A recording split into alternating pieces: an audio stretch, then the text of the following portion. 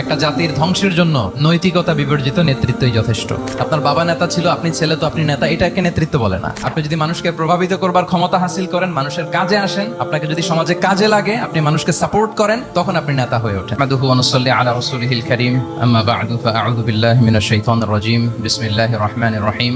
لقد كان لكم في رسول الله أسوة حسنة لمن كان يرجو الله واليوم الآخر وذكر الله كثيرا صدق الله العظيم رب اشرح لي صدري ويسر لي أمري واحلل عقدة من لساني يفقهوا قولي। মিনার চট্টগ্রাম বিশ্ববিদ্যালয়ের আয়োজনে আজকের এই সিরাত প্রোগ্রামে আপনারা যারা উপস্থিত হয়েছেন তাদের সবাইকে জানাচ্ছি আন্তরিক শুভেচ্ছা এবং মোবারকবাদ। আহলান ওয়া সাহলান ওয়া মারহাবান বিকুম ফি হাযাল লিকা আত-তাইয়্যিব আল মুবারাক। আমরা শুরুতে আল্লাহ রাব্বুল ইজ্জা ওয়াল জালালের দরবারে শুকরিয়া জ্ঞাপন করছি, যিনি আমাদেরকে আজকের এই চমৎকার সন্ধ্যায় চট্টগ্রাম বিশ্ববিদ্যালয়ের সমাজ বিজ্ঞান অনুষদের এই চমৎকার অডিটোরিয়ামে আল্লাহ রাসূল সাল্লাল্লাহু আলাইহি ওয়া আলিহি ওয়াসাল্লামের পবিত্র সিরাত থেকে কিছু আলোচনা শুনবার জন্য আমাদেরকে একত্রিত হওয়ার সুযোগ করে দিয়েছেন। আমরা সবাই কালিমাত শুকর পড়ে নিচ্ছি আলহামদুলিল্লাহ। যে টপিকটির উপর আজকের সিরাত প্রোগ্রামে কিছু কথা আমি উপস্থাপন করবার চেষ্টা করব সেটা হচ্ছে প্রফিটিক লিডারশিপ, অর্থাৎ নবুবী নেতৃত্ব। আল্লাহ রাসূল সাল্লাল্লাহু আলাইহি ওয়াসাল্লামের নেতৃত্বের ধরন কেমন ছিল, কৌশলগুলো কেমন ছিল, স্ট্র্যাটেজি কেমন ছিল, রূপরেখা কেমন ছিল, এবং সেখান থেকে লেসন নিয়ে বর্তমান নেতৃত্বকে আমরা কিভাবে আরো ডেভেলপ করতে পারি, ইমপ্রুভ করতে পারি, এ নিয়ে সামান্য কিছু কথা আজকের এই প্রোগ্রামে আমি উপস্থাপন করার চেষ্টা করবো ইনশাআল্লাহ বিইذনিল্লাহ। তো মূল আলোচনাতে যাওয়ার আগে আমাদের শুরুতে নেতৃত্ব জিনিসটা কি, what is leadership, what is the essence of leadership, এই বিষয়টা ক্লিয়ার হইতে হবে। এটা ক্লিয়ার হলে আমরা পুরো আলোচনাটা খুব ভালো করে উপভোগ করতে পারবো ইনশাআল্লাহ। আমি অডিয়েন্সের মধ্য থেকে শুনতে চাই যে নেতৃত্ব বলতে আমরা আসলে কি বুঝি, হোয়াট ইজ লিডারশিপ। লিডারশিপ মানে অন্যকে প্রভাবিত করবার ক্ষমতা, এটাই হচ্ছে মূলত লিডারশিপ। নেতৃত্ব মানে আপনার যদি অন্যকে ইনফ্লুয়েন্স করার ক্ষমতা থাকে, আপনার যদি মানুষকে ম্যানেজ করার ক্ষমতা থাকে, প্রভাবিত করবার ক্ষমতা থাকে, এটাই বেসিকলি লিডারশিপ। যদি আমরা অন্যকে প্রভাবিত করতে পারি তাহলে বাই ডিফল্ট আমি নেতা হয়ে উঠি। এটা হচ্ছে লিডারশিপের মূল সংজ্ঞা বা প্রকৃত কথা। লেটস সে ক্লাস শেষে একজন তার বন্ধুদেরকে বলল চল খেলতে যাই, তো কেউ কেউ রাজি, আবার অনেকে রাজি না। সে কনভিন্স করা শুরু করলো, ফাইনালি সে সবাইকে কনভিন্স করে খেলতে নিয়ে গেল, এই যে লিডার হয়ে গেছে। ক্লিয়ার হয়েছে না ব্যাপারটা? তাহলে বেসিকলি অন্যকে প্রভাবিত করবার যে ক্ষমতা, এটাই হচ্ছে কি লিডারশিপ। যদি আমরা অন্যকে প্রভাবিত করতে পারি, ইনফ্লুয়েন্স করতে পারি। আমাদের সমাজে কিংবা রাষ্ট্রে আমরা যে সমস্যাগুলো দেখি এগুলো বেসিকলি পোর লিডারশিপের কারণে। Poor leadership, because of poor leadership. যদি যথাযোগ্য নেতৃত্ব আমরা তৈরি করতে পারতাম, যোগ্য নেতৃত্ব যদি আমরা হাজির করতে পারতাম, তাহলে এই সমস্যাগুলো থাকতো না। আমরা আল্লাহ রাসূল সাল্লাল্লাহু আলাইহি ওয়া আলিহি ওয়াসাল্লামের নেতৃত্বের গুণাবলীগুলো যদি, ওনার যে লিডারশিপ ট্রেটস, লিডারশিপ ফিচার্সগুলো আছে, এগুলো যদি আমরা খেয়াল করি তাহলে দেখবো যে এগুলো দিয়ে তিনি পুরো একটা জাতি, একটা ভূখণ্ডের জীবনধারা পাল্টে দিয়েছিলেন। তাহলে নেতৃত্বের দিক থেকে অ্যাজ এ লিডার তিনি কতটা সফল, এটা খুব ক্লিয়ার আমাদের কাছে। আমরা এখন দেখার চেষ্টা করবো যে রাসূল সাল্লাল্লাহু আলাইহি ওয়াসাল্লামের লিডারশিপটা আসলে কোন ধরনের লিডারশিপ ছিল, কোন ধরনের নেতৃত্ব ছিল, এবং সেখান থেকে বর্তমান সময়ে আমরা কি করে যুগোপযোগী নেতৃত্ব তৈরি করতে পারি। প্রথম যেটা বলতে হবে সেটা হচ্ছে আল্লাহ রাসূল সাল্লাল্লাহু আলাইহি ওয়া আলিহি ওয়াসাল্লামের নেতৃত্বটা ছিল সার্ভেন্ট লিডারশিপ। সার্ভেন্ট লিডারশিপ মানে হচ্ছে কাজের মধ্য দিয়ে নেতা হওয়া। বেসিক্যালি আপনি যখন মানুষের কাজে লাগবেন বা কাজে আসবেন তখনই আপনি নেতা। যদি আপনাকে সমাজে কোনো কাজে না লাগে, সমাজে যদি আপনি রেলেভেন্ট হতে না পারেন, কাউকে সাপোর্ট করতে না পারেন, গাইড করতে না পারেন, তাহলে তো নেতা হয়ে ওঠা আপনার পক্ষে সম্ভব হবে না। তাহলে যদি কাজে লাগা যায় মানুষের, আপনি যদি কাজে লাগেন, আপনি যদি মানুষের উপকারে আসেন, তাহলে by default you are a leader. If you are society oriented, if you are people oriented, if you are service oriented, by default you are a leader. আমরা যদি আল্লাহ রাসূল সাল্লাল্লাহু আলাইহি ওয়া আলিহি ওয়াসাল্লামের জীবনের দিকে একটু খেয়াল করি তাহলে দেখবো যে নবী হওয়ার আগেও কিন্তু আল্লাহ রাসূল সাল্লাল্লাহু আলাইহি ওয়াসাল্লামের এই ক্যারেক্টারিস্টিক্স গুলো ছিল, এই ফিচার গুলো ছিল। উনি মানুষের অনেক কাজে এসেছেন, তিনি মানুষকে সাপোর্ট করতেন, বিপদে তাদের পাশে দাঁড়াতেন, তাই না? তিনি তো অফিসিয়ালি 40 বছর বয়সে নবী হলেন, যদিও আল্লাহর এলেমে তিনি অনেক আগে থেকেই নবী। কিন্তু দুনিয়াতে আল্লাহ রাসূল সাল্লাল্লাহু আলাইহি ওয়াসাল্লাম যখন 40 বছর বয়সে উপনীত হলেন, তখনই তো হেরা গুহায় নাজিল হলো ইকরা বিসমি রাব্বিকাল্লাযী খালাক, read in the name of your lord who has created. এই যে 5টা আয়াত নাজিল হলো, উনি নিয়ে আসলেন, কাঁপতে লাগলেন। খাদিজা রাদিয়াল্লাহু তাআলা আনহার কাছে বললেন যে মনে হয় আমি মারা যাব, আমাকে কম্বল চাপা দাও, আমার ভয় লাগছে, আমি কাঁপছি। তখন খাদিজা রাদিয়াল্লাহু তাআলা আনহা ওনাকে আশ্বস্ত করলেন, ওয়াল্লাহি লা ইউখজিকাল্লাহু আবাদা, আপনি ভয় পাবেন না, আল্লাহ আপনাকে অপদস্থ করবেন না। ইন্নাকা লা তাসিলুর রাহিমা ওয়া তাসদুকুল হাদিসা, নিশ্চয়ই আপনি আত্মীয়তার সম্পর্ককে বজায় রাখেন, আপনি সবসময় সত্য কথা বলেন। ওয়া তাহমিলুল কাল্লা, আপনি মানুষের বোঝা বয়ে দেন। ওয়া তাকসিবুল মা'দুমা, যার উপার্জন করার কোনো সক্ষমতা নেই তার জন্য আপনি উপার্জন করেন, তাকে আপনি ফিনান্সিয়াল সাপোর্ট করেন। ওয়া তাকরিউদ দাইফা, আপনি মেহমানকে খাওয়ান। ওয়া তুঈনু আলা নাওয়াইবিল হক, সত্য যেখানে বিপন্ন সেখানে আপনি সত্যের বীর সেনানী হয়ে দাঁড়িয়ে যান। তো এই ফিচার যাদের মধ্যে থাকে এমন ব্যক্তিত্বকে আল্লাহ তাআলা কখনোই অপমান করতে পারেন না। আপনি চিন্তিত হবেন না, ডোন্ট ওয়ারি অ্যাবাউট ইট, কোনো ভয় নাই, কোনো চিন্তা নাই, আপনি আশ্বস্ত হন। তাহলে দেখেন এই যে 6টা গুণের কথা খাদিজা রাদিয়াল্লাহু তাআলা আনহা বললেন, এগুলো কিন্তু রাসূল সাল্লাল্লাহু আলাইহি ওয়াসাল্লাম নবী হওয়ার আগের গুণ, অর্থাৎ 40 বছর বয়সে তিনি উপনীত হওয়ার আগেই ওনার এই অভ্যেস ছিল যে উনি অন্যের বোঝা বইয়ে দিতে হেল্প করতেন, মানুষকে সাপোর্ট করতেন। যার উপার্জন করার সুযোগ নাই, ক্ষমতা নাই, তাকে তিনি উপার্জন করে দিতেন, মানে তাকে ফিনান্সিয়ালি সাপোর্ট করতেন, মেহমান খাওয়াতেন। তার মানে নবী হওয়ার আগেই উনি জনকল্যাণমূলক কাজে নিজেকে সম্পৃক্ত রেখেছেন। মানুষকে তিনি সাপোর্ট করতেন, মানুষকে হেল্প করতেন, উনি মানুষের কাজে লাগতেন। আর যে মানুষের কাজে লাগে, মানুষের উপকারে আসে, জনকল্যাণমূলক কাজে নিজেকে সম্পৃক্ত রাখে, বাই ডিফল্ট সে নেতা, বাই ডিফল্ট সে কি নেতা হয়ে যায়। তাহলে to serve before to lead, নেতৃত্ব এটা আসলে পজিশনের সাথে সম্পৃক্ত না, ইটস অল অ্যাবাউট ইনফ্লুয়েন্স। আপনার বাবা নেতা ছিল, আপনি ছেলে, তো আপনি নেতা, এটাকে নেতৃত্ব বলে না। আপনি যদি মানুষকে প্রভাবিত করবার ক্ষমতা হাসিল করেন, মানুষের কাজে আসেন, আপনাকে যদি সমাজে কাজে লাগে, আপনি মানুষকে সাপোর্ট করেন, তখন আপনি নেতা হয়ে ওঠেন। তাহলে রাসূল সাল্লাল্লাহু আলাইহি ওয়াসাল্লামের লিডারশিপটা যদি বুঝতে হয়, প্রথম কথা হচ্ছে ওনার লিডারশিপের প্যাটার্নটা ছিল সার্ভেন্ট লিডারশিপ, মানে সার্ভিস দেওয়ার মধ্য দিয়ে উনি নেতা বনে গেছেন। নবী হওয়ার আগেই ওনার মধ্যে এই ট্রেড ছিল, উনি মানুষকে সার্ভিস দিতেন। আরবিতেও একটা কথা আছে, সাইয়্যিদুল কওমি খাদিমুহুম, মানে যিনি সমাজের নেতা তিনি হবে সমাজের সবচেয়ে বড় খাদেম। যিনি নেতা হবেন তিনি সমাজের সবচেয়ে বড় কি হবেন? খাদেম হবেন। আমি টোটাল 12টা পয়েন্ট আলোচনা করবার চেষ্টা করবো ইনশাআল্লাহ। প্রথম পয়েন্টটা হচ্ছে সার্ভেন্ট লিডারশিপ, মানে to serve before to lead. নেতা হওয়ার আগে খাদেম হইতে হবে। কি হইতে হবে? খাদেম হইতে পারলে আপনি বাই ডিফল্ট নেতা। তাহলে আল্লাহ রাসূল সাল্লাল্লাহু আলাইহি ওয়া আলিহি ওয়াসাল্লামের নেতৃত্বের প্রথম কথা হচ্ছে ওনার লিডারশিপ প্যাটার্নটা ছিল সার্ভেন্ট লিডারশিপ, এটা হচ্ছে নাম্বার 1। 2 নাম্বার কথা হচ্ছে নেতৃত্বের জন্য যেটা লাগে সেটা হচ্ছে কম্পিটেন্স। কিছু কম্পিটেন্স লাগে, এর মধ্যে অন্যতম কম্পিটেন্স হচ্ছে এলোকোয়েন্স, বাগ্মিতা, বক্তব্যের পারঙ্গমতা, এটা লাগে। মানে যিনি নেতা হবেন তিনি কথা বলতে জানতে হবে, কথা বলতে পারতে হবে। এবার বলেন তো আল্লাহ রাসূল সাল্লাল্লাহু আলাইহি ওয়াসাল্লামের এই কোয়ালিটিটা ছিল কি ছিল না?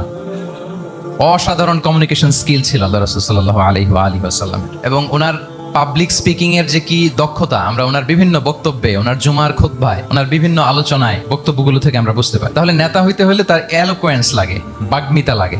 একজন মানুষ সর্বপ্রথম কোন জিনিসের প্রেমে পড়ে জানেন? কথার প্রেমে পড়ে। কিসের? কথার প্রেমে পড়ে। কথার ধরন, কণ্ঠস্বর, তার অ্যাটিটিউড, তার শব্দের জাদু, এটা মানুষের হৃদয়কে জয় করে ফেলে। আল্লাহ রাসূল সাল্লাল্লাহু আলাইহি ওয়া আলিহি ওয়াসাল্লাম তিনি নিজেও বলেছেন, ওয়া ইন্না মিনাল বায়ানি লা সিহরা, কিছু কিছু বক্তব্যের মধ্যে জাদু আছে। তো রাসূল সাল্লাল্লাহু আলাইহি ওয়াসাল্লামের এই এলোকোয়েন্স ছিল, এলোকোয়েন্স। তিনি বলতেন, উতিতু জাওয়ামিউল কালিম, আল্লাহ তাআলা আমাকে সর্বমর্ম বাচন ভঙ্গির অধিকারী করেছেন।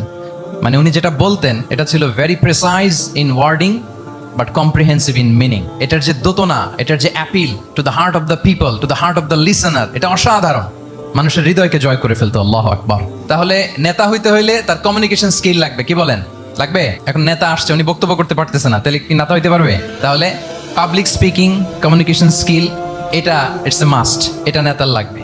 যেমনটি রাসূলুল্লাহ সাল্লাল্লাহু আলাইহি ওয়া আলিহি ওয়াসাল্লামের ছিল। উনি সর্বমর্ম বাচন ভঙ্গির অধিকারী ছিলেন। বলতেন কম, কিন্তু এটার অ্যাপিল ছিল অনেক বেশি, এটার ব্যাখ্যা হয়ে যেত অনেক। রাসূল সাল্লাল্লাহু আলাইহি ওয়াসাল্লামের সবচাইতে বড় ভাষণটি ছিল বিদায় হজের ভাষণ, খুব সম্ভবত। ওই ভাষণের টেক্সটগুলোকে যদি একসাথে করা হয়, আমার মনে হয় 10 মিনিটের বেশি লাগবে না ওই টেক্সটগুলো পড়তে। তার মানে সবচাইতে বড় যে ভাষণ ওনার, ওটা কত ছিল? 10 থেকে 12 মিনিটের ভাষণ ছিল। আমরা তো ঘন্টার পর ঘন্টা বক্তব্য করি, তারপরেও তো আমরা মানুষের মনকে খুশি করতে পারি না। উনি সেই যে 1400 বছর আগে 10 মিনিটের একটা ছোট্ট ভাষণ দিলেন, গোটা বিশ্ব আজও হাবুডুবু খায় ওই ভাষণের ভেতর, ঠিক কিনা বলেন? তাহলে উতিতু জাওয়ামিউল কালিম, আমি সর্বমর্ম বাচনভঙ্গির অধিকারী। সুবহানাল্লাহ, ভেরি প্রিসাইজ এন্ড ক্লিয়ার। কতটা প্রিসাইজ এন্ড ক্লিয়ার ছিল রাসূল সাল্লাল্লাহু আলাইহি ওয়াসাল্লামের বক্তব্য? আম্মা জান আয়েশা রাদিয়াল্লাহু তাআলা আনহা বলেন, লাউ আদ্দাহুল আদ্দু লা আহসাহু, তিনি যখন বক্তব্য করতেন, কেউ যদি চাইতো যে দেখি কয়টা শব্দ বললেন বক্তব্যে, কয়টা বাক্য বললেন, চাইলে মুহূর্তে গুনে ফেলা যেত সেটা। এত প্রিসাইজ এন্ড ক্লিয়ার বক্তব্য ছিল যে তিনি কয়টা বাক্য ব্যবহার করেছেন, কয়টা শব্দ ইউজ করেছেন এই বক্তব্যে, চাইলে যে কেউ গুনে ফেলতে পারত। এবং তিনি খুবই শুদ্ধ আরবিতে কথা বলতেন, আফসাহুল লিসান ছিলেন। বিশুদ্ধ ভাষায় কথা বলতে পারা এটা অনেক জরুরি। রাসূল সাল্লাল্লাহু আলাইহি ওয়াসাল্লাম অত্যন্ত বিশুদ্ধ আরবিতে কথা বলতেন। এবং বিশুদ্ধ আরবি জানাটা বা বিশুদ্ধ ভাষাটা এত জরুরি যে আল্লাহ তাআলা তার প্রিয় হাবিবকে এই বিশুদ্ধ ভাষা শেখানোর জন্য মায়ের বুকের দুধ খাওয়া থেকে বঞ্চিত রেখেছিলেন। আমি আবারও বলছি, বিশুদ্ধ ভাষাটা এত জরুরি যে আল্লাহ তাআলা তার প্রিয় হাবিবকে মায়ের বুকের দুধ থেকে বঞ্চিত রেখেছেন শুধু বিশুদ্ধ ভাষার জন্য। তিনি কিন্তু মায়ের বুকের দুধ খেতে পারেন নাই। হালিমাতু সাদিয়ার সাথে সেই বনু সাদ গোত্রে চলে গিয়েছেন, সেখানে ছিলেন। হালিমাতু সাদিয়া ওনাকে দুধ খাইয়েছেন। এরপরে যখন মরুভূমির চমৎকার পরিবেশে একেবারে বিশুদ্ধ আরবি তিনি শিখেছেন, আবার শিশু মুহাম্মদ সাল্লাল্লাহু আলাইহি ওয়াসাল্লামকে তিনি তার মায়ের কাছে ফিরিয়ে দিয়েছেন। তাহলে চিন্তা করে দেখেন যে বিশুদ্ধ ভাষার জন্য মায়ের বুকের দুধকে স্যাক্রিফাইস করা হয়েছে। আল্লাহু আকবার। তাহলে আম্মা জান আয়েশা রাদিয়াল্লাহু তাআলা আনহা বলতেন, লাউ আদ্দাহুল আদু লাহসাহু, চাইলে যে কেউ গুনতে পারতো যে তিনি প্রিয় নবীজি কয়টা বাক্য বললেন, কয়টা শব্দ, এত প্রিসাইজ এন্ড ক্লিয়ার ছিল। অন্য বর্ণনায় এসেছে কানা ইয়াতাকাল্লামু বিকালামিন বাইনাহু ফাসলুন, তিনি এমন ভাবে কথা বলতেন, কথার মাঝখানে মাঝখানে পজ দিতেন। কি দিতেন? পজ দিতেন, মানে একটু থামতেন যাতে করে শ্রোতারা বুঝতে পারে। ইয়াতাকাল্লামু বিকালামিন বাইনাহু ফাসলুন, বলতে বলতে মাঝে মাঝে একটা পজ দিতেন যাতে সবাই বুঝতে পারে। ইয়াহফাযুহু মান জালাসা ইলাই, আশেপাশে যারা বসতো তারা সহজে এটা মুখস্থ করে ফেলতে পারে। পজ দিয়ে দিয়ে থেমে থেমে এত চমৎকার করে ওনার প্রেজেন্টেশন ছিল, বক্তব্য মালাগুলো ছিল, ফলে যারা শুনতেছে ইজিলি মুখস্থ করে ফেলতে পারত। এবং গুরুত্বপূর্ণ কথা তিনি এমফাসাইজ করতেন, 3 বার বলতেন। একবার তিনি বলতেছেন আত্তাকওয়া হা হুনা হা হুনা হা হুনা ওয়া ইউশিরু ইলা সাদরিহি 3 মাররাত, তাকওয়াকে তিনি এখানে রেফার করেছেন। আমরা তো মনে করি তাকওয়া সব ঢুকে গেছে এখানে, তাকওয়া ঢুকে গেছে টুপিতে, তাকওয়া ঢুকে গেছে জামাতে, এগুলো তাকওয়ার একটা নমুনা। কিন্তু আল্লাহ রাসূল সাল্লাল্লাহু আলাইহি ওয়াসাল্লাম বলেছেন তাকওয়া এখানে এখানে এখানে, এভাবে 3 বার তিনি ইঙ্গিত করেছেন। গুরুত্বপূর্ণ কথাকে তিনি এভাবে এমফাসাইজ করতেন। মাঝে মাঝে এমন আবেগঘন বক্তব্য উপস্থাপন করতেন, সাহাবারা অশ্রুসিক্ত হতো। ওয়াজিলাত মিনহাল কুলুব যারাফাত মিনহাল উয়ুন, সাহাবারা বলতেন যে আমরা অশ্রুসিক্ত হতাম, আমাদের হৃদয় বিগলিত হতো, এত চমৎকার মর্মস্পর্শী বক্তব্য তিনি করতেন। এটা প্রেক্ষাপটের আলোকে। আবার যুদ্ধের ময়দানে যখন কমান্ড করতেন তখন আলা সাউতু ওয়াশতাদ্দা গদাবু, তিনি রেগে যেতেন, উঁচু কণ্ঠে তিনি কথা বলতেন, মনে হচ্ছে একজন সেনাবাহিনীর কমান্ডার তার ব্যাটালিয়নকে কমান্ড করছেন। আল্লাহু আকবার। তাহলে বক্তব্যের যত দিক হতে পারে, স্লো মোশনে তেজস্বী বক্তব্য, খুব জ্বালাময়ী বক্তব্য, আবার মর্মস্পর্শী বক্তব্য, সব ধরনের বক্তব্য তিনি করতেন। সুবহানাল্লাহ। তাহলে এলোকোয়েন্স, 2 নাম্বার হচ্ছে এলোকোয়েন্স। কম্পিটেন্সের খুব গুরুত্বপূর্ণ একটা অংশ হচ্ছে এলোকোয়েন্স, বাগ্মিতা। এটা একজন নেতার থাকা চাই। কি বলেন? একজন নেতার এরকম বক্তব্য দিতে জানতে হবে না? আল্লাহ রাসূল সাল্লাল্লাহু আলাইহি ওয়া আলিহি ওয়াসাল্লাম তিনি ঠিক এইভাবে বক্তব্য করতেন। মাঝে মাঝে তিনি ইমোশনাল ইন্টেলিজেন্স ইউজ করতেন, মানে আবেগ অনুভূতিকে নাড়িয়ে দিয়ে শ্রোতাকে প্রভাবিত করে ফেলা।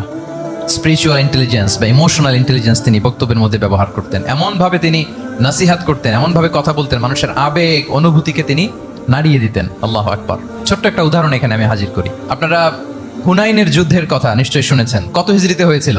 8ম হিজরি। তার মানে মক্কা বিজয়ের ইমিডিয়েট পরেই, কয়েক সপ্তাহ পরেই তো হুনাইনের যুদ্ধ হয়েছিল। তো এই হুনাইনের যুদ্ধে অনেক ওয়ার বুটিজ মুসলমানদের করতলগত হয়েছিল, মানে অনেক গানিমাত, অনেক সম্পদ ওনারা যুদ্ধ শেষে যুদ্ধলব্ধ সম্পদ হিসেবে পেয়েছিলেন। 24,000 উট, প্রায় 40,000 ভেড়া, এত পরিমাণ গানিমত যখন রাসূল সাল্লাল্লাহু আলাইহি ওয়াসাল্লাম পেলেন, তিনি এগুলো বন্টন করতে শুরু করলেন। কিন্তু রাসূল সাল্লাল্লাহু আলাইহি ওয়াসাল্লাম তিনি বন্টন করতে যে আনসারী সাহাবীদেরকে, অর্থাৎ মদিনার যে সাহাবারা, তাদেরকে কিছুই দিলেন না, বরং তিনি মক্কার সাহাবাদেরকে দিলেন, অন্যান্য গোত্রের লোকদেরকে দিলেন, আশেপাশের সবাইকে দিলেন, কিন্তু দিলেন না কাদেরকে? আনসারী সাহাবীদেরকে। ফলে এত বিশাল ওয়ার বুটিজ, এর মধ্যে থেকে কিছুই আনসারীরা পেল না। ওনাদের মধ্যে ক্ষোভের জন্ম নিল। ক্ষোভ থেকে ওনারা সমালোচনা করতে আরম্ভ করলেন আল্লাহ রাসূল সাল্লাল্লাহু আলাইহি ওয়াসাল্লামের। এবং সমালোচনা করতে করতে এটা এমন পর্যায়ে চলে গেল, এক পর্যায়ে তারা বলতে আরম্ভ করলো যে আমরা ওনার জন্য জান দিলাম, জীবন দিলাম, আজকে উনি এত সম্পদ পেয়ে সব নিজ এলাকার লোকদের মাঝে বন্টন করে দিল, এটা কি ঠিক করলো উনি? আল্লাহর নবীকে ক্ষমা করুক। মানে কেমন যেন রাসূল একটা ভুল করে ফেলছেন, রাসূল সাল্লাল্লাহু আলাইহি ওয়াসাল্লাম ওনাদেরকে দিতে বাধ্য ছিলেন, এটা যেহেতু দেন নাই, আল্লাহ তার রাসূলকে ক্ষমা করুক, এরকম একটা কথা তারা বলে ফেললেন। এটা তো অনেক বড় কথা। আল্লাহ রাসূল সাল্লাল্লাহু আলাইহি ওয়া আলিহি ওয়াসাল্লাম যখন এই কথা শুনলেন, তখন তিনি আনসারী সাহাবীদেরকে জড়ো করে একটা গেট টুগেদার করে এমন ইমোশনালি ওনাদেরকে কাবু করলেন, ইমোশনাল ইন্টেলিজেন্স ইউজ করলেন। এখানে তারা এসেছিল ক্ষোভ নিয়ে, অসন্তোষ নিয়ে, পরে সবাই কান্না করে রাসূল সাল্লাল্লাহু আলাইহি ওয়াসাল্লামের কাছে ক্ষমা চেয়ে সেই মজলিস থেকে উঠতে বাধ্য হয়েছে। তিনি সবাইকে ডেকে বললেন, ইয়া মা'আশারাল আনসার আলাম আতিকুম দুল্লালান ফাহাদাকুমুল্লাহ ওয়া আলাতান ফাআগনাকুমুল্লাহ ওয়া আ'দাআন ফাআল্লাফাল্লাহু বাইনা কুলুবিকুম। চমৎকার এক্সপ্রেশন যে ওহে আনসাররা, আমি কি তোমাদেরকে পথভ্রষ্ট পাইনি, পথহারা পাইনি? আমার ওসিলায় তোমরা হেদায়েতের দেখা পেয়েছো। আমি কি তোমাদেরকে নিঃস্ব পাইনি? আমার ওসিলায় তোমরা সমৃদ্ধ হয়েছো, সম্পদশালী হয়েছো। আমি কি তোমাদেরকে যুদ্ধরত অবস্থায় পাইনি? আউস খাজরাজ তোমরা তো ফাইট করতেছিলে ইচ আদার। আমি যে তোমাদের মধ্যে সম্প্রীতি আর ভালোবাসার মেলবন্ধনে তোমাদেরকে একত্রিত করে দিলাম। আওয়াজাতুম ফি আনফুসিকুম ফি লুআআতিন মিনাদ দুনিয়া, আর দুনিয়ার সামান্য কিছু জিনিসের কারণে তোমরা মনে কষ্ট পাচ্ছ, যেটা দিয়ে আমি কিছু মুসলিমদের হৃদয়কে আকৃষ্ট করছিলাম। তাআল্লাফতু বিহা কওমান লিউসলিমু ওয়া আকালতুকুম ইলা ইসলামিকুম, আমি কিছু মুসলিমদেরকে এগুলো দিয়ে তাদের হৃদয়টাকে ইসলামের প্রতি আরো অ্যাট্রাক্টেড করতেছিলাম, আর তোমাদেরকে তোমাদের ইসলামের উপরই আমি ছেড়ে দিয়েছি। আমি জানি আমার আনসাররা, তাদের হৃদয়ে যে ইসলাম আছে এটাই তাদের জন্য যথেষ্ট। আমা তারদাউনা আইয়াযহাবান নাসু বিশ-শাতি ওয়াল বাঈর ওয়া তারজিউনা বিরাসূলিল্লাহি ফি রিহালিকুম, won't you be happy that people go back to their country with sheep and camel and you go back to your country with রাসূলুল্লাহ? আল্লাহু আকবার। তোমরা কি এতে খুশি হবে না মানুষ উট আর ভেড়া নিয়ে তাদের এলাকায় ফিরবে আর তোমরা আল্লাহর রাসূলকে নিয়ে তোমাদের এলাকায় ফিরবে? এরকম একটার পর একটা ইমোশনালি রাসূল সাল্লাল্লাহু আলাইহি ওয়াসাল্লাম যখন আনসার সাহাবীদেরকে কাবু করতে লাগলেন, ওনারা এমন ভাবে কান্নার রোল জুড়ে দিল, এমন ভাবে অনুতপ্ত হলো, কাঁদতে শুরু করলো। পরে এরা বলতে আরম্ভ করলো, আমি তো দুই একটা বাক্য বললাম, লম্বা চূড়া মন মাতানো বক্তব্য, হৃদয়স্পর্শী বক্তব্য। তারা বললো, ইয়া রাসূলুল্লাহ, আমরা শুধু আপনাকে পেয়েই খুশি। রাসূল সাল্লাল্লাহু আলাইহি ওয়াসাল্লাম বলেন, গোটা বিশ্বের মানুষ যদি এই পথ ধরে আর আনসারীরা যদি এই পথ ধরে, আমি এই পথ ছেড়ে দিয়ে আনসারীদের পথে হাঁটবো। আল্লাহ তুমি আনসারদের ক্ষমা করো, তাদের সন্তানদের ক্ষমা করো, তাদের নাতিদেরকে ক্ষমা করো। এভাবে মর্মস্পর্শী বক্তব্য যখন ইমোশনাল ইন্টেলিজেন্স দিয়ে যখন রাসূল সাল্লাল্লাহু আলাইহি ওয়াসাল্লাম বললেন, সব আনসারী সাহাবারা কাঁদতে আরম্ভ করলেন। সবাই ফাবাকাল কওমু হাত্তা আখদালু লুহাহুম, তাদের প্রত্যেকের দাড়ি ভিজে গেল, এমন কান্না জুড়ে দিল। আল্লাহু আকবার। তাহলে এটা ছিল রাসূল সাল্লাল্লাহু আলাইহি ওয়াসাল্লামের বক্তব্যের মাধ্যমে শ্রোতাদের মাঝখানে প্রভাব সৃষ্টি করার ক্ষমতা। চিন্তা করতে পারেন, হৃদয় কেঁপে ওঠে না এই কথা শুনলে? won't you be happy people go back to their home with sheep and camel and you take the messenger of Allah with you? মানুষ ছাগল ভেড়া নিয়ে ফিরতেছে, তোমরা তো আল্লাহর নবীকে নিয়ে ঘরে ফিরতেছো। আল্লাহু আকবার। তাহলে এই কম্পিটেন্সটা লাগে একজন নেতার, তিনি এরকম মর্মস্পর্শী বক্তব্য দিতে জানতে হবে। 3 নাম্বার হচ্ছে কম্পেশন, মানে সফট হার্টেড, দয়াদ্র হৃদয় হতে হবে। আপনি মানুষের দুঃখ যদি আপনাকে কাঁদায় তবেই আপনি নেতা। আমরা আল্লাহ রাসূল সাল্লাল্লাহু আলাইহি ওয়াসাল্লামের দিকে যদি তাকাই, ওনার তো একটা উপাধি হচ্ছে রাহমাতাল লিল আলামিন। আল্লাহ রাসূল সাল্লাল্লাহু আলাইহি ওয়াসাল্লামের উপাধি কি? ওমা আরসালনাকা ইল্লা রাহমাতাল লিল আলামিন, we have not sent you but as mercy for all the worlds। নবী হে, আপনাকে সবার জন্য আমি মার্সি করে পাঠিয়েছি, রাহমা করে পাঠিয়েছি। আপনি সবার জন্য রহমত, মানুষের জন্য, ম্যানকাইন্ড, জিনকাইন্ড, অ্যানিমালস, সবার জন্য আপনি রাহমা। রাসূল সাল্লাল্লাহু আলাইহি ওয়াসাল্লাম কতটা দয়াদ্র ছিল। আল্লাহ তাআলা অন্য আয়াতে বলছেন, ফাবিমা রাহমাতিন মিনাল্লাহি লিনতা লাহুম ওয়ালাউ কুনতা ফাযযান গালিযাল কলবি লানফাদ্দু মিন হাওলিক। নবী হে, লিনতা লাহুম, সবার জন্য আপনি সফট হার্টেড হয়েছেন আল্লাহর অনুগ্রহে। যদি আপনি সফট হার্টেড না হয়ে আপনি যদি কঠোর হৃদয়ের অধিকারী হতেন, তাহলে এখন লোকেরা যেমনি আপনাকে ঘিরে রাখে, আপনার চারিপাশে সবাই ঘিরে রাখতো না। আল্লাহু আকবার। সাহাবারা সব সময় রাসূল সাল্লাল্লাহু আলাইহি ওয়াসাল্লামের সঙ্গ পেতে চাইতো, অ্যাকম্পানি চাইতো, ঘিরে রাখ। এমনকি অনেক সাহাবী ঘরে ভালো না লাগলে রাসূল সাল্লাল্লাহু আলাইহি ওয়াসাল্লামের কাছে চলে আসতো। এমনকি অনেক সাহাবী বলতেন যে আমার পেটে ক্ষুধা লাগলেই আমি রাসূলের কাছে যেতাম, কারণ রাসূলের চেহারা দেখলে আমার পেটের ক্ষুধা উধাও হয়ে যেত। ফাবিমা রাহমাতিন মিনাল্লাহি লিনতা লাহুম। নবী হে, আল্লাহর অনুগ্রহে আপনি কোমল ভাষী হয়েছেন। কোমল হৃদয়ের হওয়া, সফট হার্টেড হওয়া, দয়াদ্র চিত্তের হওয়া, এটা অন্যতম একটা লিডারশিপ ট্রেট। এত দয়াদ্র ছিলেন, আল্লাহ তাআলা বলছেন, ফালাআল্লাকা বাখিউন নাফসাকা আলা আসারিহিম ইল্লাম ইউমিনু বিহাযাল হাদীসি আসাফা। রাসূল সাল্লাল্লাহু আলাইহি ওয়াসাল্লাম বারবার মক্কার কুরাইশদের কাছে যেত, বারবার কাফিরদের কাছে যেত, যেন তারা ঈমান আনে, যেন তারা খারাপ রাস্তা ছেড়ে দিয়ে ভালো রাস্তায় আসে। বারবার চিন্তা করতো যে ইস, কেন তারা লা ইলাহা পড়ে না, কেন তারা সত্যের পথে ফিরে আসে না। হায় রে, একটুর জন্য তো তারা সামান্য আমার কথাটা শুনলেই তো বেঁচে যেত, ইস একটু আমার কথা মানলেই তো জাহান্নাম থেকে বেঁচে যেত। এরকম অস্থির হয়ে তাদের পেছনে ছুটতেন। আল্লাহ তাআলা বলেছেন, নবী হে, আপনি ওদের পেছনে ছুটতে ছুটতে আপনি তো নিজেকেই শেষ করে দিবেন। বাখিউন নাফসাক, আপনি তো নিজের দিকে খেয়াল করছেন না, নিজের শরীরের দিকে খেয়াল করছেন না, নিজের স্বাস্থ্যের দিকে, সময়ের দিকে আপনি পাগল পাড়া হয়ে তাদেরকে বাঁচানোর জন্য ছুটছেন। তাহলে কতটা দয়াদ্র কোমল হৃদয়ের অধিকারী হলে যে কাফেররা রাসূল সাল্লাল্লাহু আলাইহি ওয়াসাল্লামকে ফিজিক্যালি, মেন্টালি এমন কোনো টর্চার নেই করে নাই, তাদের পিছনে পিছনে ছুটতেন তিনি। হায় রে, একটু যদি ইমানের রাস্তায় আনা যায়, কোনোভাবে যদি তাদেরকে বুঝিয়ে কনভিন্স করা যায়, তাহলে কম্প্যাশনেট, দয়ালু হওয়া, এটা নেতৃত্বের অন্যতম একটা গুণ। আপনার হৃদয়ে দয়া থাকতে হবে, মায়া থাকতে হবে সবার জন্য, কারণ নেতা তিনি তো সবার। লেটস সে বাংলাদেশের যিনি প্রধানমন্ত্রী হবেন, আরো রেলেভেন্ট হয়ে যাচ্ছে এখন কথা, সামনে তো নির্বাচন আসতেছে, সো কেউ না কেউ তো প্রধানমন্ত্রী হবে। তো উনি যখন প্রধানমন্ত্রী হবে ধরেন, উনি কি শুধু ওনার দলের প্রধানমন্ত্রী হবেন? তাহলে উনি 18 কোটি মানুষের প্রধানমন্ত্রী হবেন, ঠিক কিনা বলেন? তাহলে সবার জন্য ওনার হৃদয়ে দয়া, ভালোবাসা এটা থাকার দরকার আছে না নাই? তিনি সবার প্রতি কোমল হৃদয়ের হইতে হবে, দয়াদ্র হইতে হবে। প্রধানমন্ত্রী উনি শুধু নিজ দলের প্রধানমন্ত্রী নন, 18 কোটি মানুষের প্রধানমন্ত্রী। তাহলে সফট হার্টেড হইতে হবে। রাসূল সাল্লাল্লাহু আলাইহি ওয়াসাল্লামের মধ্যে এটা ছিল। সবসময় তিনি মাজলুমদের পাশে থাকতেন। আপনারা হিলফুল ফুজুলের কথা জানেন। ওনার বয়স যখন 35, ইয়ামানের এক ব্যবসায়ী আসছিল মক্কায় ব্যবসা করতে। পণ্য বিক্রির পরে আস ইবনে ওয়াইল নামে এক দুষ্ট জালেম, সে পণ্য নিয়ে বলে, আমরা এই এলাকার লোক, আমরা দাম দিব না, কি করতে পারো করো। এই লোক কান্না জুড়ে দিল। তার কান্না দেখে রাসূল সাল্লাল্লাহু আলাইহি ওয়াসাল্লামের হৃদয়ে দয়া হলো। তিনি ওনার চাচা জুবাইর ইবনে আব্দুল মুত্তালিব সহ ওনার মতো যারা ইয়াং স্টার আছে সবাইকে নিয়ে একটা সংঘ করলেন। এটাই তো হালাফুল ফুদুল, মূলত নাম হচ্ছে হালাফুল মুত্তাইয়িবিন। জাহিলি যুগে ওনাদের প্রথা ছিল কোনো একটা ভালো কাজে কেউ যখন এক হতো, রং ভর্তি বালতির ভেতরে হাত ঢুকিয়ে তারা পাথরের মধ্যে ওই হাতের ছাপ দিত, সবাই ওইখানে ছাপ দিত, ফলে কাইন্ড অফ কভেনেন্ট, এটা একটা চুক্তির মতো যে আমরা চুক্তিবদ্ধ হলাম, এগ্রিমেন্ট করলাম যে আমরা সবাই এক। তো রাসূল সাল্লাল্লাহু আলাইহি ওয়াসাল্লাম ওনার মতো ইয়াংস্টারদেরকে নিয়ে এই হালাফুল মুত্তাইয়িবিন বা হালাফুল ফুদুল করেছেন, এবং এটার মূল কথা ছিল, মূল স্লোগান ছিল নাহনু মাআল মাজলুম দিদ্দা যালিম, আমরা সবসময় মাজলুমের পক্ষে থাকবো, জালিমের বিপক্ষে। এটা ছিল হিলফুল ফুজুলের কি মূল শিক্ষা। এইভাবে সব সময় তিনি মাজলুমদের সাথে ছিলেন। শ্রমিক সাহাবীদেরকে বড্ড ভালোবাসতেন, শ্রমজীবীদেরকে বড্ড ভালোবাসতেন। এমনকি বিদায় হজের মতো এরকম গুরুত্বপূর্ণ ভাষণও শ্রমজীবীদের কথা বাদ যায়নি, গরিবদের কথা বাদ যায়নি। আরিকাকুম আতঈমুহুম মিম্মা তাকুলুন ওয়ালবাসুহুম মিম্মা তালবাসুন। খবরদার, সেদিনও বলেছিলেন সেই বিদায় হজের ভাষণে, তোমরা তোমাদের শ্রমজীবী লোকদের কথা ভুলে যেও না, তোমাদের স্টাফদের কথা, তোমাদের দাস দাসীদের কথা। তোমরা যা খাবে সেখান থেকে তাদেরও খাওয়াবে, তোমরা যে পোশাক পরবে সেখান থেকে তাদেরও পোশাকের ব্যবস্থা করবে। আল্লাহু আকবার। তাহলে রাহমাতাল লিল আলামিন, তিনি ছিলেন কম্পেশনের, দয়ালু হৃদয়ের অধিকারী। 4 নম্বরে হচ্ছে ইন্টিগ্রিটি। ইন্টিগ্রিটি মানে সততা, নৈতিকতা থাকতে হবে। এটা অন্যতম একটা লিডারশিপ ট্রেট। এটার বড় ক্রাইসিস এখন ইন্টিগ্রিটির। রাসূল সাল্লাল্লাহু আলাইহি ওয়াসাল্লামের লিডারশিপটা ছিল এথিক্যাল লিডারশিপ, কিন্তু এইটার অনেক বড় ক্রাইসিস আমাদের সমাজে, আমাদের নেতৃত্বের মাঝে। কি বলেন? নৈতিকতার ঘাটতি আছে না? নৈতিকতা বিবর্জিত নেতৃত্ব, এটা দিয়ে কিছুই হয় না। একটা জাতির ধ্বংসের জন্য নৈতিকতা বিবর্জিত নেতৃত্বই যথেষ্ট। এই জন্য নৈতিকতা লাগবে, ইন্টিগ্রিটি, সততা। আমরা যদি আল্লাহ রাসূল সাল্লাল্লাহু আলাইহি ওয়াসাল্লামের নেতৃত্বের দিকে তাকাই, ওনার সততা, ওনার সত্যবাদিতা, ওনার আমানতদারিতা নিয়ে যদি আমরা একটু সিরাতের পরতে পরতে খেয়াল করি, এমনকি নবী হওয়ার আগে যদি খেয়াল করি, তাহলে দেখবো যে মক্কার লোকেরা আল্লাহ রাসূল সাল্লাল্লাহু আলাইহি ওয়াসাল্লামকে আস-সাদিক, আল আমিন উপাধিতে ভূষিত করেছেন। সুবহানাল্লাহ, মানে সত্যবাদী, ট্রুথফুল এন্ড ট্রাস্টওয়ার্দি।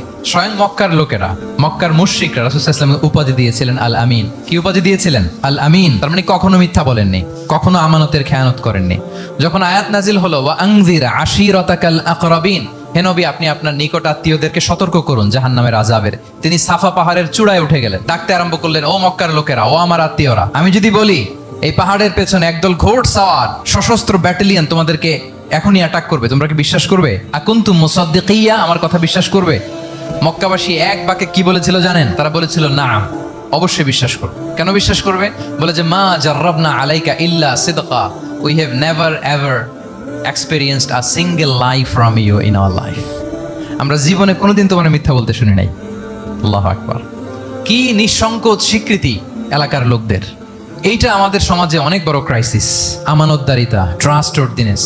সো এখান থেকে আমাদের শিখতে হবে, অনেক কিছু রিভাইজ করতে হবে আমাদেরকে। এই যে নতুন বাংলাদেশের চমৎকার সময় এসেছে, আর 54 বছরও হয়তো আমরা এই সুযোগ পাবো না। এজন্য আমাদেরকে শিখতে হবে রাসূল সাল্লাল্লাহু আলাইহি ওয়াসাল্লামের যে ইন্টিগ্রিটি, ওনার যে ট্রাস্টওয়ার্দিনেস, এই আমানতদারিতা থেকে আমাদেরকে শিখতে হবে। তাহলে নেতাকে আস্থার জায়গা তৈরি করে নিতে হয়। রাসূল সাল্লাল্লাহু আলাইহি ওয়াসাল্লাম এটা ধীরে ধীরে তৈরি করেছেন। আপনারা জানেন যে উনি নবুয়তের আগে পার্টনারশিপে বিজনেস করতেন খাদিজা রাদিয়াল্লাহু তাআলা আনহার সাথে, মানে খাদিজা রাদিয়াল্লাহু তাআলা আনহার ইনভেস্টমেন্ট আর উনি শ্রম দিতেন। তো উনি সিরিয়াতে গিয়েছেন পণ্য নিয়ে, মালামাল নিয়ে। ওনার ব্যবসা বাণিজ্যের ধরন কেমন এটা দেখবার জন্য খাদিজা রাদিয়াল্লাহু তাআলা আনহা ওনার এক বান্ধবীকে পাঠিয়েছিলেন ওই ক্যারাভ্যানে, ওই কাফেলায়। নাম ছিল মাইসারা। তো মাইসারাকে বলেছে, মাইসারা তুমি দেখবা যে টাকা পয়সা আবার উল্টাপাল্টা করে কিনা, ঠিকঠাক মতো ব্যবসা করে কিনা, আমার huge investment, on behalf of me তুমি এই ক্যারাভ্যানে থাকবে আর দেখবে যে মোহাম্মদ ঠিকঠাক বিজনেসটা করে কিনা। আল্লাহু আকবার। মাইসারা এই সফর শেষে এসে খাদিজা রাদিয়াল্লাহু তাআলা আনহার কাছে এমন পজিটিভ রিভিউ দিয়েছে, এই রিভিউ শুনেই খাদিজা রাদিয়াল্লাহু তাআলা আনহা বিষ্ণু ইসলামকে বিয়ে করার জন্য রাজি হয়ে গেছেন। আলহামদুলিল্লাহ। মাইসারা এসে রিভিউ দিতে লাগলো যে মোহাম্মদ সে সবার চেয়ে আলাদা সাল্লাল্লাহু আলাইহি ওয়াসাল্লাম। তার ওঠা বসা, তার চলন বলন, তার কথন, তার ডিলিংস, তার লেনদেন সব আলাদা, অসাধারণ তিনি। মাইসারার রিভিউ শুনে আল্লাহু আকবার, খাদিজা রাদিয়াল্লাহু তাআলা আনহা তিনি অবাক হয়ে গেলেন এবং তিনি বিয়ের প্রস্তাব পাঠালেন। রাসূল সাল্লাল্লাহু আলাইহি ওয়াসাল্লামের এই আমানতদারিতায় মুগ্ধ হয়ে কি করলেন? বিয়ের প্রস্তাব পাঠালেন। তাহলে কি পরিমাণে ট্রাস্টওয়ার্দিনেস ওনার ছিল। আরো মজার ব্যাপার হচ্ছে, মক্কার কুরাইশরা, মক্কার লোকেরা রাসূল সাল্লাল্লাহু আলাইহি ওয়াসাল্লামের কাছে এসে আমানতের সম্পদ গচ্ছিত রাখতো। আবু জাহেলের কাছে রাখতো না, উতবা, শাইবা, ওয়ালিদ ইবনে মুগিরা কারো কাছে রাখতো না। খেয়াল করে দেখেন, দল করে আবু জাহেলের, দল করে কার, কিন্তু আমানত রাখে কার বাসায়? কি অবাক করা কাণ্ড না? কর্মী হচ্ছে আবু জাহেলের, কিন্তু আমানতের সম্পদ রাখে কার কাছে? মুহাম্মদ সাল্লাল্লাহু আলাইহি ওয়াসাল্লামের বাসায়। রাসূল সাল্লাল্লাহু আলাইহি ওয়াসাল্লাম যেদিন হিজরত করবেন, উনি সাইয়েদনা আলী রাদিয়াল্লাহু তাআলা আনহুকে অ্যাসাইন করে গিয়েছেন যে আলী তুমি থাকো, তুমি কয়েকদিন পরে মদিনায় হিজরতে যাবা, আমার কাছে যত আমানতের সম্পদ আছে এগুলো তুমি আগে বিলি করে তারপরে যাবে। রাসূল সাল্লাল্লাহু আবু বকর রাদিয়াল্লাহু তাআলা আনহুকে নিয়ে চলে গেলেন। আলী রাদিয়াল্লাহু তাআলা আনহুর টানা 3 দিন লেগেছে যে ডিপোজিটগুলো রাসূল সাল্লাল্লাহু আলাইহি ওয়াসাল্লামের কাছে ছিল, আমানতের যে জিনিসগুলো ছিল এগুলো বন্টন করতে সাইয়েদনা আলী রাদিয়াল্লাহু তাআলা আনহু 3 দিন সময় নিয়েছেন। 3 দিন, এত পরিমাণ আমানতের সম্পদ রাসূল সাল্লাল্লাহু আলাইহি ওয়াসাল্লামের কাছে ছিল। আল্লাহু আকবার। তাহলে এই আমানতদারিতা, সততা, অনেস্টি, ট্রাস্টওয়ার্দিনেস, এটা অনেক জরুরি নেতৃত্বের জন্য। নেতা হতে চাইলে তাকে আমানতদার হইতে হবে। যদি একজন ট্রু লিডার কেউ হতে চায়, তার মধ্যে আমানতদারিতা চাই। কি চাই? আমানতদার। তাহলে ইন্টিগ্রিটি। 5 নম্বরে হচ্ছে গুড ইন্টারাকশন উইথ ফলোয়ার্স। নেতার তার ফলোয়ারের সাথে কি লাগবে? ভালো ইন্টারাকশন লাগবে, সুন্দর একটা সম্পর্ক লাগবে, ভালো বোঝাপড়া চাই। একজন ভালো নেতৃত্বের বৈশিষ্ট্য হচ্ছে নেতা তার ফলোয়ারের সাথে কি করবে? ইন্টারেক্ট করবে। এখানেই বস আর লিডারের মধ্যে পার্থক্য। বস কি করে? অর্ডার করে শুধু। বসের কাজ হচ্ছে এই ডুজ এন্ড ডোন্টস বলে দেয়, এইটা করা যাবে, ওইটা করা যাবে, মানে অর্ডার করে, ডিরেক্ট করে। কিন্তু লিডার কি করে? গাইড করে, মেন্টরিং করে, ইন্সপায়ার করে, মোটিভেট করে। So here is the difference between leader and boss. তাহলে বসই হওয়া যাবে না। নেতা হইতে চাইলে বসই হওয়া যাবে না। You have to interact with your followers. আপনার ফলোয়ারের সাথে ইন্টারাকশন লাগবে, তবেই আপনি নেতা। আমরা দেখি রাসূল সাল্লাল্লাহু আলাইহি ওয়াসাল্লামের কেমন ইন্টারাকশন ছিল। রাসূল সাল্লাল্লাহু আলাইহি ওয়াসাল্লাম যে কোনো বড় ডিসিশনে সাহাবাদের সাথে কনসালটেশন করতেন, পরামর্শ করতেন, তারপরে সিদ্ধান্ত নিতেন। ওয়া শাবিরহুম ফিল আমর, এই আয়াতের ভিত্তিতে তিনি সবার সাথে কি করে নিতেন? সাহাবাদের সাথে পরামর্শ করে নিতেন। আপনারা দ্বিতীয় হিজরির যে বদরের যুদ্ধের কথা জানেন, বদরের প্রান্তরটা মদিনা থেকে প্রায় 130 কিলো দক্ষিণ পশ্চিমে। তো ওখানে গেলেন মদিনা থেকে। তিনি যাওয়ার পরে এক জায়গায় তিনি সেনা ক্যাম্প স্থাপন করলেন। স্থাপন করার পরে হাব্বাব ইবনুল মুনজির রাদিয়াল্লাহু তাআলা আনহু তিনি জিজ্ঞেস করলেন, ইয়া রাসূলুল্লাহ, এই যে আপনি এই জায়গায় বদরের প্রান্তরে সেনা শিবির স্থাপন করলেন, সেনা ক্যাম্প স্থাপন করলেন, এটা কি আল্লাহর দেখিয়ে দেয়া কোনো জায়গা নাকি আপনার ইচ্ছায়? তিনি বললেন, আমানজিলান আনসালাকাল্লাহু লাইসা লানা আন নাতাকদ্দামাহু ওয়ালা নাতাআখারা আনহু।